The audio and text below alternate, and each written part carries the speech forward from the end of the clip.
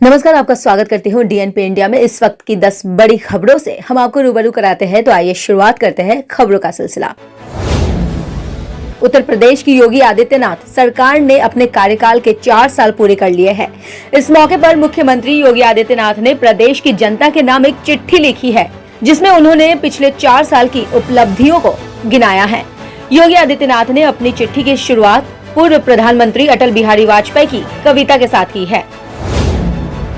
पश्चिम बंगाल में भारतीय जनता पार्टी यानी बीजेपी सत्ताधारी दल तृणमूल कांग्रेस के लिए सबसे बड़े चैलेंज के रूप में उभरी है। बीजेपी इस चुनाव में अपनी पूरी ताकत लगा रही है, लेकिन इस मिशन में उसे एक बड़ी मुश्किल का सामना करना पड़ रहा है, क्योंकि टिकट बंटवारे को लेकर भाजपा में ही सबसे बड़ा दंगल शुरू हो गया है। बाहरी लोगों या स्टार्स को चुनाव का टिकट मिलने को लेकर बीजेपी के कार्यकर्ता नाराज है और बंगाल के कई शहरों में प्रदर्शन कर रहे हैं।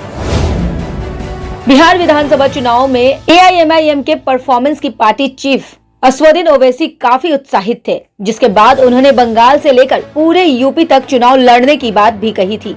शुरुआती दौर में बंगाल के चुनाव को लेकर काफी कुछ बोलने वाले ओवैसी अब बंगाल के सियासी रण में गायब से नजर आ रहे हैं।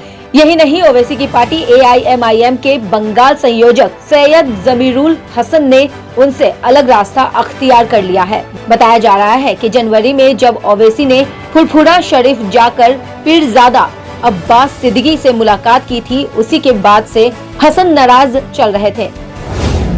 हरियाणा के गुरुग्राम में अब मंगलवार को मीट की दुकानें बंद रखनी होगी। नगर निगम की सामान्य बैठक में फैसला हुआ। वार्ड नंबर 23 में पार्षद अश्विनी शर्मा ने मीट और चिकन शॉप बंद रखने का सुझाव रखा था। नगर निगम ने उस नियम का हवाला देते हुए मीट की दुकान एक दिन बंद करने का आदेश दिया, जिसमें हफ्ते में एक दिन आपको अपनी दुकान बंद रखनी होती है। एंटीलिया केस के बाद से ही महाराष्ट्र की सरकार लगातार हर किसी के निशाने पर है। पुलिस अफसर सचिन वाजे का इस मामले में नाम आने के बाद मुंबई पुलिस की छवि खराब हुई तो कमिश्नर परमबीर सिंह की छुट्टी हो गई। कांग्रेस नेता संजय निरुपम ने एक बार फिर ट्विटर के जरिए ये मसला उठाया और शिवसेना पर ही सवाल खड़े कर दिए हैं। यूनिवर्स बॉस के नाम से मशहूर क्रिस गेल ने कैरेबियाई देशों में कोरोना वैक्सीन की खेप भेजने के लिए प्रधानमंत्री नरेंद्र मोदी की तारीफ की है। साथ ही उन्होंने भारत की जनता का भी शुक्रिया अदा किया है। भारत कोरोना वायरस के खिलाफ मुहिम में अहम भूमिका निभा रहा है और वैक्सीन मैत्री अभियान के तहत स्वदेशी कोरोना वैक्सीन पहुंचाने में जुटा है। देश की राजधानी दिल्ली में कोरोना के मामले में फिर से उछाल देखा गया है, लेकिन वैक्सीनेशन के लिए भी लोग रिकॉर्ड संख्या में अस्पताल का रुख कर रहे हैं। दिल्ली में कुल 39,742 लोगों ने टीका लगवाया है। ये एक दिन में वैक्सीनेशन का दूसरा सबसे बड़ा आंकड़ा है। इससे पहले 13 मार्च को 39,853 लोगों को टीका लगाया गया था।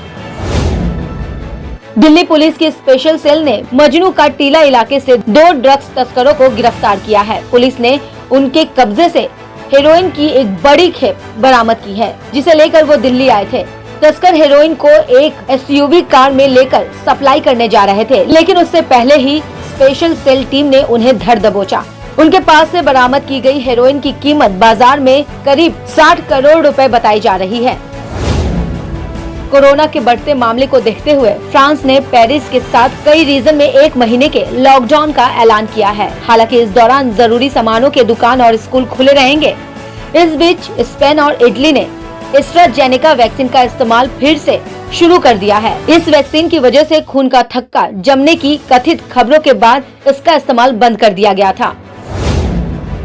संयुक्त अरब अमीरात में रमजान के महीने में इफ्तार पार्टियों पर रोक लगा दी गई है। देश में कोरोना वायरस को फैलने से रोकने के लिए उठाए गए कदमों के तहत इफ्तार पार्टियों पर रोक लगाई गई। रमजान के दिनों में यूएई में घरों और दफ्तरों में इफ्तार पार्टियां देने का चलन रहा है। इसके अलावा national emergency crisis and disaster management authority ने कोरोना के अन्य प्रतिबंधों के तहत रेस्टोरेंट के अंदर या बाहर बांटने की इजाजत नहीं दी है। खबरों की और जानकारी के लिए देखते रहिए डीएनपी इंडिया। नमस्कार।